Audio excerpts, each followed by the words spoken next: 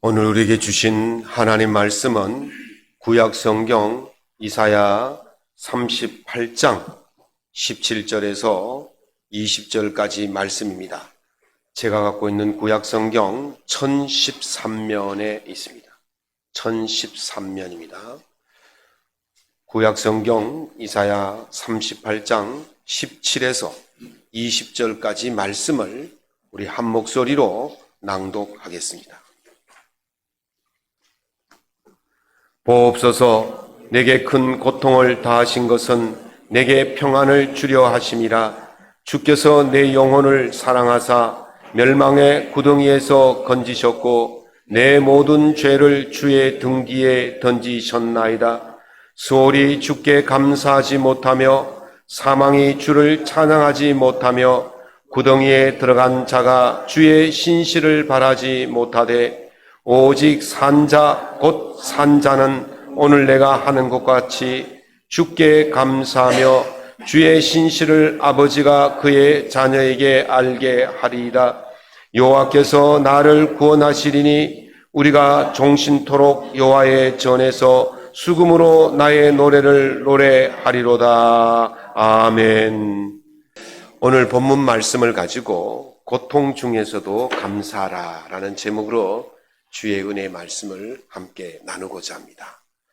탐정하면 여러분은 누구의 이름이 가장 먼저 떠오릅니까? 저는 어릴 때에 아버지가 사다 주신 셜록 홈즈의 탐정 추리소설을 많이 읽었습니다. 그래서 탐정하면 셜록 홈즈밖에 생각이 나지 않는데 여러분은 어떻습니까? 다른 탐정 아시는 분 계십니까?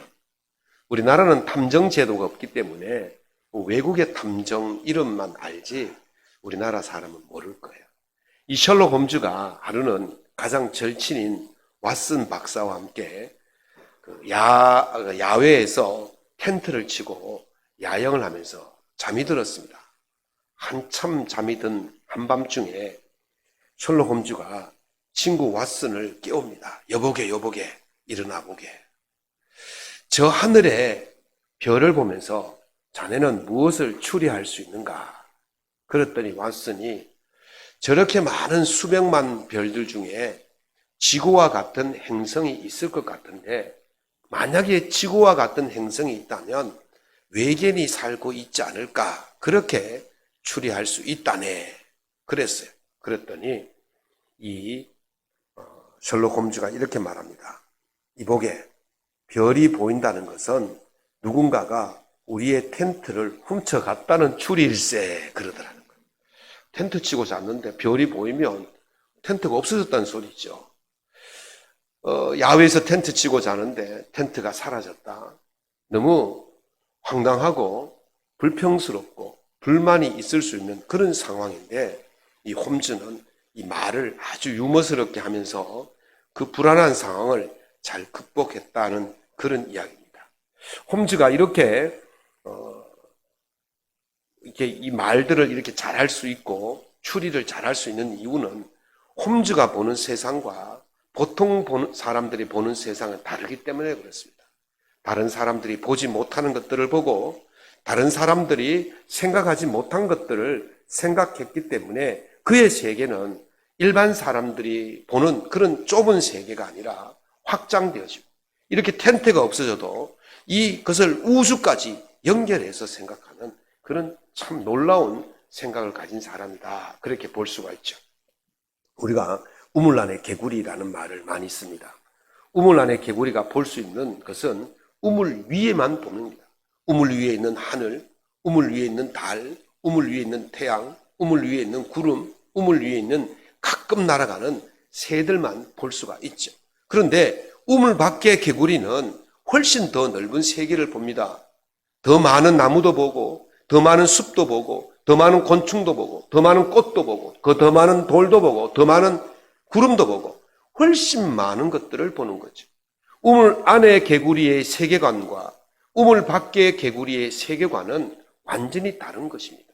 그렇기 때문에 다른 것을 말하는 거예요.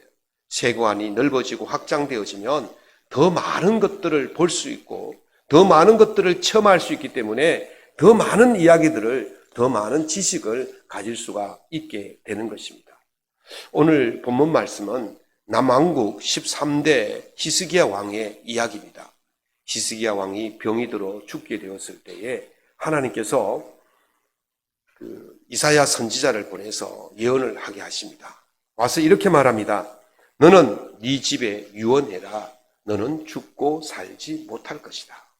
이 말씀을 들은 히스기야가 벽을 향해서 마주 앉아서 대성통곡하면서 하나님께 간구합니다. 하나님께서는 이 히스기야의 기도를 들으시고 15년이나 더 생명을 연장시켜 주셨습니다. 이제 15년이나 생명을 더 연장받은 히스기야는 하나님께 감사하면서 드리는 기도가 바로 오늘 우리가 읽은 본문의 말씀인 것입니다. 오늘 본문의 이 말씀을 보면 히스기야의 기도의 내용이 달라지는 것을 볼 수가 있어요.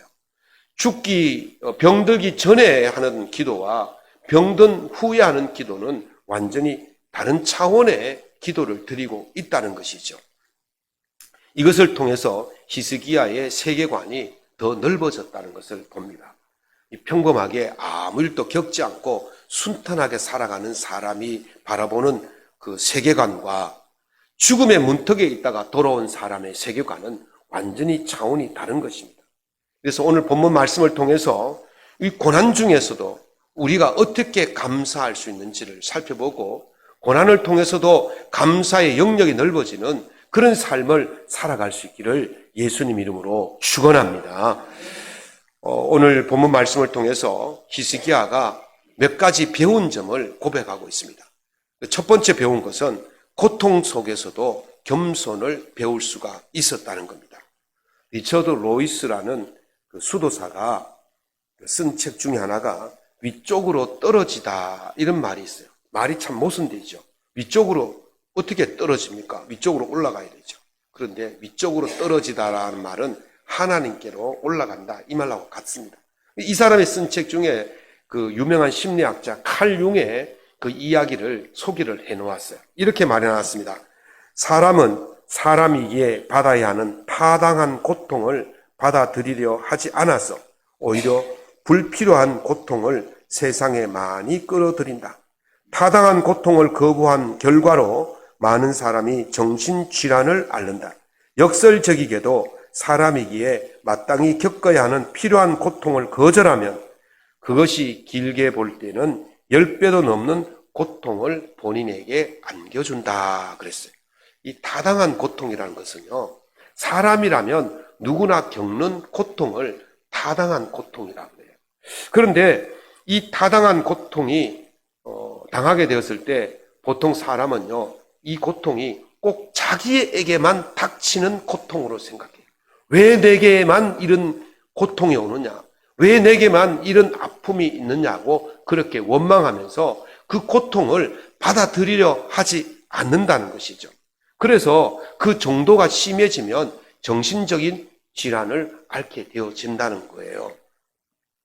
보통 사람들은 이 고통이 오게 되어지면 두 가지 반응을 보입니다. 한 사람은 고통에 처했을 때 그 고통을 거부합니다.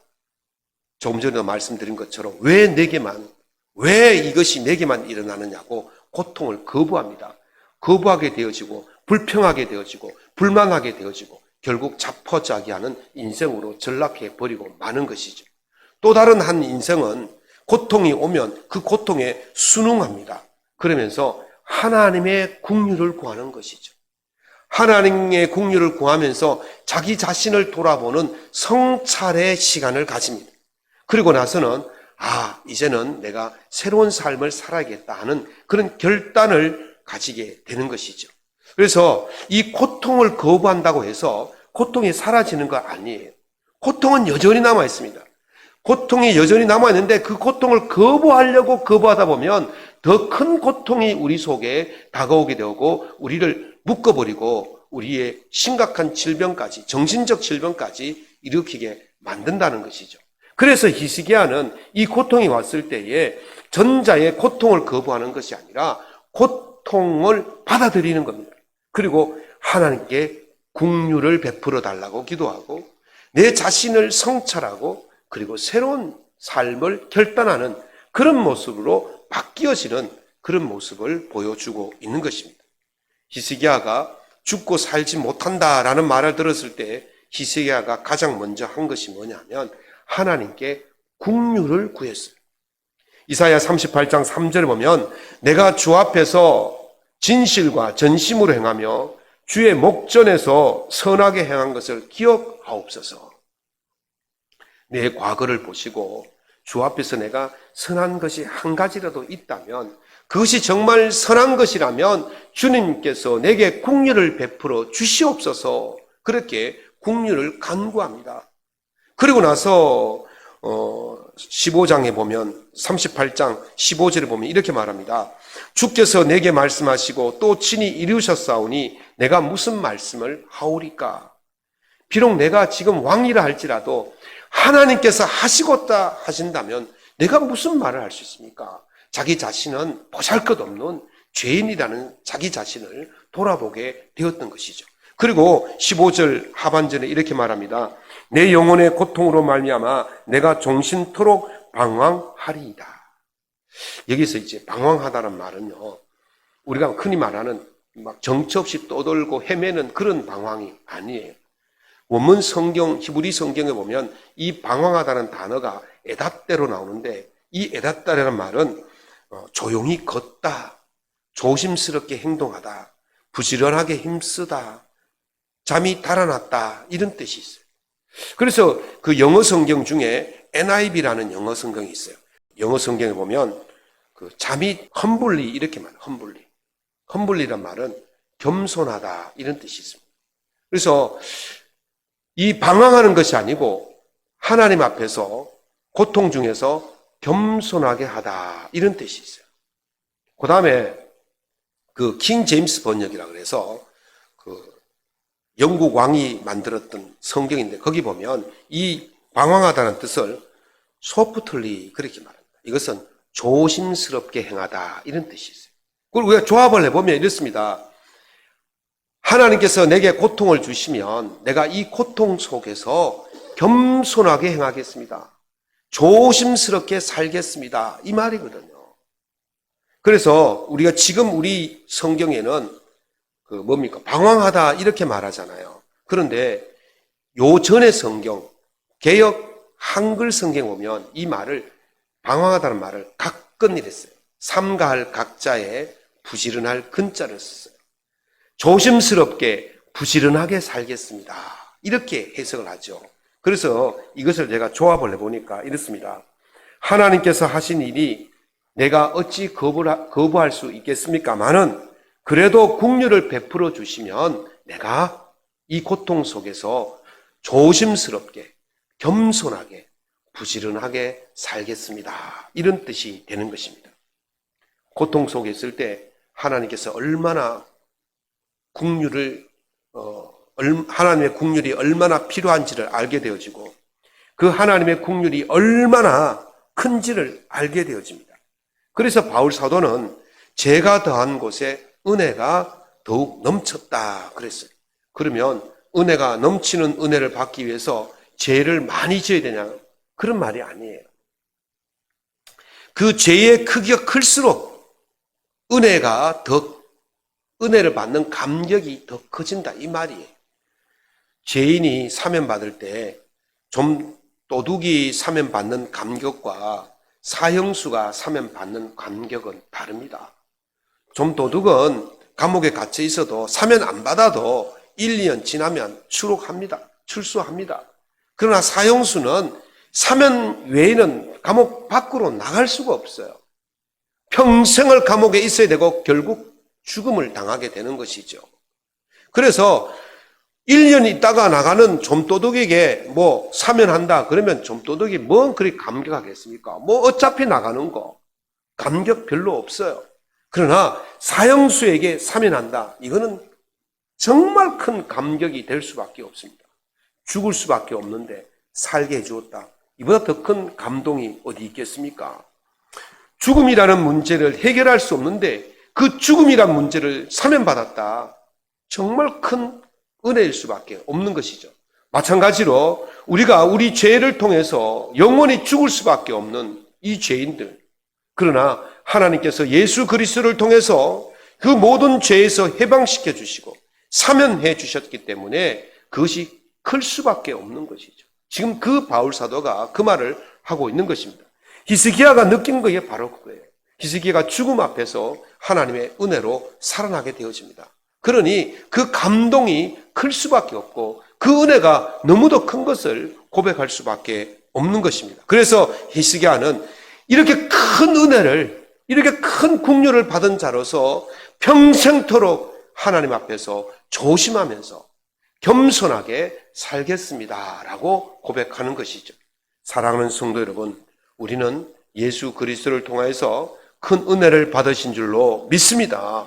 그러므로 평생토록 우리가 우리에게 은혜를 베푸신 그 하나님께 감사하면서 살아가는 것이 은혜를 받은 자의 첫 번째 삶의 모습인 것입니다. 날마다 감사하면서 그 주신 국류를 감사하면서 살아갈 수 있기를 예수님 이름으로 축원합니다. 두 번째는 이 고통 속에서 하나님의 뜻을 발견하게 되었습니다. 38장 17절을 볼까요? 보옵소서 내게 큰 고통을 다하신 것은 내게 평안을 주려 하심이라. 주께서 내 영혼을 사랑하사 멸망의 구덩이에서 건지셨고 내 모든 죄를 주의 등 뒤에 던지셨나이다 라고 고백하고 있습니다. 고통의 이유를 알게 되었다는 거예요. 고통의 이유가 무엇입니까? 나를 사랑하사 죄의 멸망의 구덩이에서 건지셔서 평안을 주시려고 내게 고통을 주셨다. 그렇게 고백합니다. 평안할 때는 우리가 하나님의 뜻을 발견하기가 참 어렵습니다. 그러나 고통 속에 있을 때에 하나님의 뜻이 무엇인지를 돌아보게 되어지는 것이죠. 이 욥기를 읽어보면 그 내용을 우리가 자세히 알 수가 있습니다. 하나님께서 욥을 두고 사탄에게 이렇게 말씀하시죠. 욥기 1장 6절에 보면 네가 내 종 욥을 주의하여 보았느냐? 그와 같이 온전하고 정직하여 하나님을 경외하며 악에서 떠난 자는 세상에 없느니라. 정말 하나님께서 칭찬하실 정도로, 누구 앞에서 사탄에게 자랑하실 정도로 욥은 정직하고 의로웠다는 것이죠.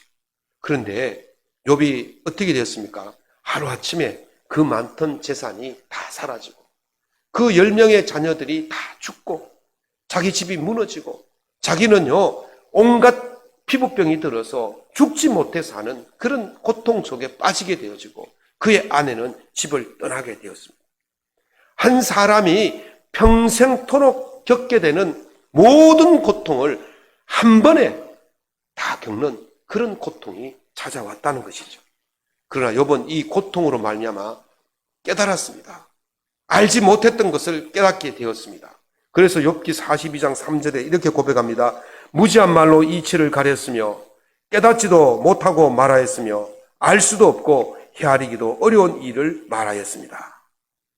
욥은 정결하고 순결하게 살면 그것으로 다 되는 줄 알았습니다. 그래서 그것이 자기의 의로 여겼던 사람이었어요. 그러나 고통을 겪어보니까 이게 아니라는 것을 알게 되었어요. 하나님의 뜻이 무엇인지를 제대로 발견하게 되었던 것입니다. 그래서 이 고통을 통해서 자기가 무지했다는 것을 하나님 앞에 고백합니다. 자기의 성찰이 이루어졌던 것이죠. 그래서 납작 엎드려 이렇게 말합니다. 42장 5절 6절에 내가 주께 대하여 귀로 듣기만 하였사오니 이제는 눈으로 주를 배움나이다. 그러므로 내가 스스로 거두어 드리고 티끌과 제 가운데서 회개하나이다. 이제까지 자신이 옳다고 여겼던 모든 것들을 회개하고 거둬들이고 회개한다고 고백하고 있습니다. 나의 행동과 말들이 틀렸음을 고백하는 것입니다. 고통 속에서 하나님의 진정한 뜻이 무엇인지를 알게 된 것입니다. 예레미야 선지자는 이스라엘 백성들이 바벨론에서 포로 생활을 70년을 하게 될 것이라고 예언을 합니다. 이 예언을 들은 백성들이 어떻게 했겠습니까? 우리나라가 외국에 70년 동안 앞으로 포로 생활할 거라고 이렇게 하면 저는 졸지에 미국로 되고 온갖 신문에 다 날 거고 막 난리치고 우리 집 앞에 와서 데모를 할 것이고 그렇게 하지 않겠습니까? 예레미야가 그 예언을 했을 때 예레미야는요 거의 죽을 지경까지 이르렀어요. 얼마나 혼이 났는지 모릅니다. 그런데 왜 이스라엘 백성들이 이런 고통을 받아야 하는지를 예레미야가 이렇게 말합니다. 예레미야 29장 11절에 여호와의 말씀이니라 너희를 향한 내 생각을 내가 아나니 평안이요 재앙이 아니니라 너희에게 미래와 희망을 주는 것이라. 뭡니까? 하나님께서 우리에게 이렇게 고통을 주는 것은 재앙이 아니라는 거예요. 우리에게 평안과 희망과 미래를 주기 위해서 우리를 이 고통 속으로 이끌어 가신다고 말씀하고 있는 것입니다. 고통 속에 들어가 보면 하나님께서 어떻게 나를 이끌어 가시는지를 깨닫게 된다는 사실입니다. 어느 때보다 팍팍한 시대를 보내고 있습니다. 어떤 이에게는 말할 수 없는 고통의 시간이기도 합니다. 이때는 우리의 성찰의 시간을 통해서 하나님의 뜻이 무엇인지를 생각해 보아야 합니다. 그리고 하나님의 뜻이 어디 있는지를 기도할 수 있기를 바랍니다. 그래서 재앙이 아니라 평안과 희망과 미래를 주시는 하나님의 뜻을 발견하고 감사하며 살아갈 수 있기를 예수님 이름으로 축원합니다. 세 번째는요, 산자만이 할 수 있는 일이 무엇인지를 깨닫게 되었어요. 고통을 통해서 성찰한 자는 그 태도와 언어가 달라집니다. 고통을 통해 성찰한 히스기야가 이렇게 노래합니다. 이사야 38장 18절에서 20절입니다. 우리 같이 한번 읽어볼까요? 수월이 주께 감사하지 못하며 사망이 주를 찬양하지 못하며 구덩이에 들어간 자가 주의 신실을 바라지 못하되 오직 산자 곧 산자는 오직 내가 하는 것과 같이 주께 감사하며 주의 신실을 아버지가 그의 자녀에게 알게 하리이다. 여호와께서 나를 구원하시리니 우리가 종신토록 여호와의 전에서 수금으로 나의 노래를 노래하리로다. 아멘. 지금 언행이 바뀌었어요. 말이 바뀌었어요. 행동이 바뀌었어요. 이 정병태 박사가 쓴 나를 바꿀 수 없다면 말투를 바꿔라 라는 책이 있는데 그 책에 이런 이야기가 소개되었어요. 지금의 그 국왕, 전의 국왕이 그 스페인의 국왕이 후안 카를로스 1세였는데 재위 시절에 자기 아들 그 캐나다에서 유학하고 있는 아들 펠리페 6세에게 편지를 보냅니다. 이렇게 씁니다. 아들아, 오늘날에는 왕세자라는 태생적인 신분만으로는 왕이 될 수 없단다. 매일의 언행으로 왕의 자리를 획득해 가야 한다. 그렇게 말했어요. 왕의 자리는요, 그저 얻어지는 것이 아닙니다. 왕의 자리에 오르기 위해서는 부단한 준비와 노력으로 획득해 가야 한다는 것을 이야기해 주고 있습니다. 그 왕으로서의 준비된 첫 번째 언행이 뭐냐? 첫 번째 행동이 말과 행동을 조심해야 한다. 가꾸어야 한다라고 이야기하는 것입니다. 우리는 하나님의 자녀인 줄로 믿습니다. 장차 예수 그리스도와 함께 왕노릇할 하나님의 백성들입니다. 그러니까 그것은 그냥 얻어지는 게 아닙니다. 왕의 신분에 막 걸맞는 언행을 해야 돼요. 그 언행을 통해서 왕의 신분을 만들어 가야 하는 것이 우리의 모습인 것입니다. 하이네라는 유명한 독일의 시인은 이런 말을 했습니다. 그것으로 말미암아 소인을 거인으로 만들 수 있고 거인을 무참하게 철저하게 두드려 없앨 수도 있다라고 했습니다. 우리의 언행이 우리를 왕의 자녀로의 삶을 살 수 있도록 할 수도 있고 우리의 언행 때문에 우리는 철저하게 무너지는 그런 인생도 살 수 있게 된다는 것입니다.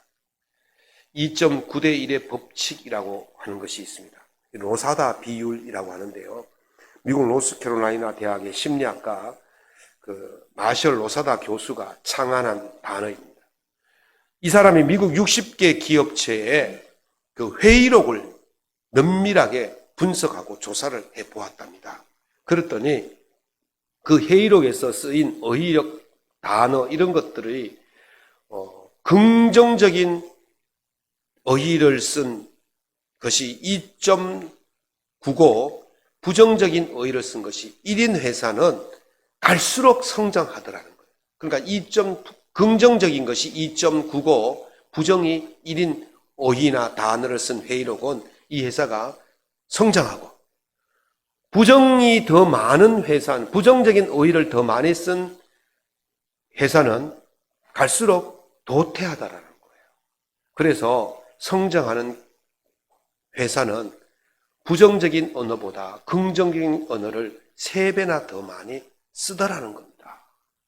우리 교회 모든 성도님들이 가정에서나 직장에서나 교회에서나 긍정적인 언어를 3배나 더 많이 쓸 수 있기를 축원합니다.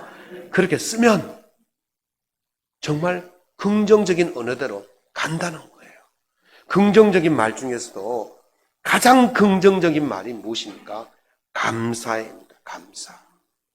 히스기야가 오직 이 감사는 누구만 할 수 있다 그랬냐면 산자만이 할 수 있다 그랬어요. 산자만. 이미 죽어서 지옥에 간 자는 못하는 거예요. 죽은 자는 할 수가 없고 산자만이 할 수가 있습니다. 하나님께서 우리에게 원하시는 가장 긍정적인 언어는 감사인 줄로 믿으시기 바랍니다. 그래서 히스기야가 종신토록 하나님을 찬양하겠다, 하나님께 감사하겠다, 그렇게 말하고 있는 것입니다. 그리고 이 감사를 혼자 끝내는 것이 아니라 내 후대, 내 자손들에게도 이 감사를 가르치겠다, 그렇게 했어요. 여러분들이 감사의 말을 많이 하시면 여러분의 삶이 복되고 잘 될 줄로 믿습니다. 그러면 여러분만 끝낼 것이 아니라 여러분의 자녀들에게도 이 감사의 말을 끊임없이 가르쳐야 돼요. 감사해라, 감사해라. 곤란 중에서도 감사하고, 환난 중에서도 감사하고, 고통 중에서도 감사하고, 그렇게 감사로 나아가는 자들 하나님께서 반드시 일으켜 세워 주실 줄로 믿습니다. 신앙의 언어는 달라야 됩니다. 성도의 언어는 달라야 돼요. 비트겐슈타인이라는 유명한 철학자는 내 언어의 한계가 내 세계의 한계다 그랬어요. 그 사람이 쓰는 말을 잘 들어보면 그 사람의 수준이 어느 정도인지를 알 수가 있어요. 그 사람이 어느 정도 영역에서 사는 사람인지 알 수가 있어요. 여기에 살지만 그 사람이 세계를 말하면 세계를 다니는 영역이에요. 그러나 세계를 다니면서도 말하는 것이 그냥 요만한 것 말하면 그 사람은 요 크기가 요만하게밖에 되지 않는 것입니다. 그래서 우리 성도의 언어는 달라야 되는 것입니다. 어떤 언어를 쓰느냐에 따라서 그 넓이가 달라지는 것입니다. 김종원 씨는 이런 말을 했어요. 어른이란 사용하는 말이 다른 사람이다. 어른이란 사용하는 말이 다른 사람이다. 그래서 그들은 단어를 골라서 사용한다 그랬어요. 어른은요, 아이와 말하는 것이 다릅니다. 아이의 수준으로 어른이 말하면 안 되잖아요. 그래서 어른은 말할 때 한마디를 해도 골라서 사용하는 거예요. 내가 해야 될 말이 무엇인지, 하지 말아야 될 말이 무엇인지를 잘 골라서 쓰는 것이 어른이에요. 성도도 마찬가지입니다. 성도의 언어는 달라야 돼요. 세상 사람들처럼 그런 언어를 쓰는 것이 아니라 성도의 언어를 써야 돼요. 성도의 언어의 첫 번째가 무엇입니까? 감사인 줄로 믿습니다. 감사의 언어를 많이 쓰는 성도가 믿음이 큰 성도고 신앙이 깊은 성도인 것입니다. 그러므로 세상 사람들이 쓰는 언어와 달리 감사의 언어, 하늘의 언어를 사용하셔서 하나님 보시기에 복 주시고도 남을 그런 인생을 살아갈 수 있기를 예수님의 이름으로 축원합니다.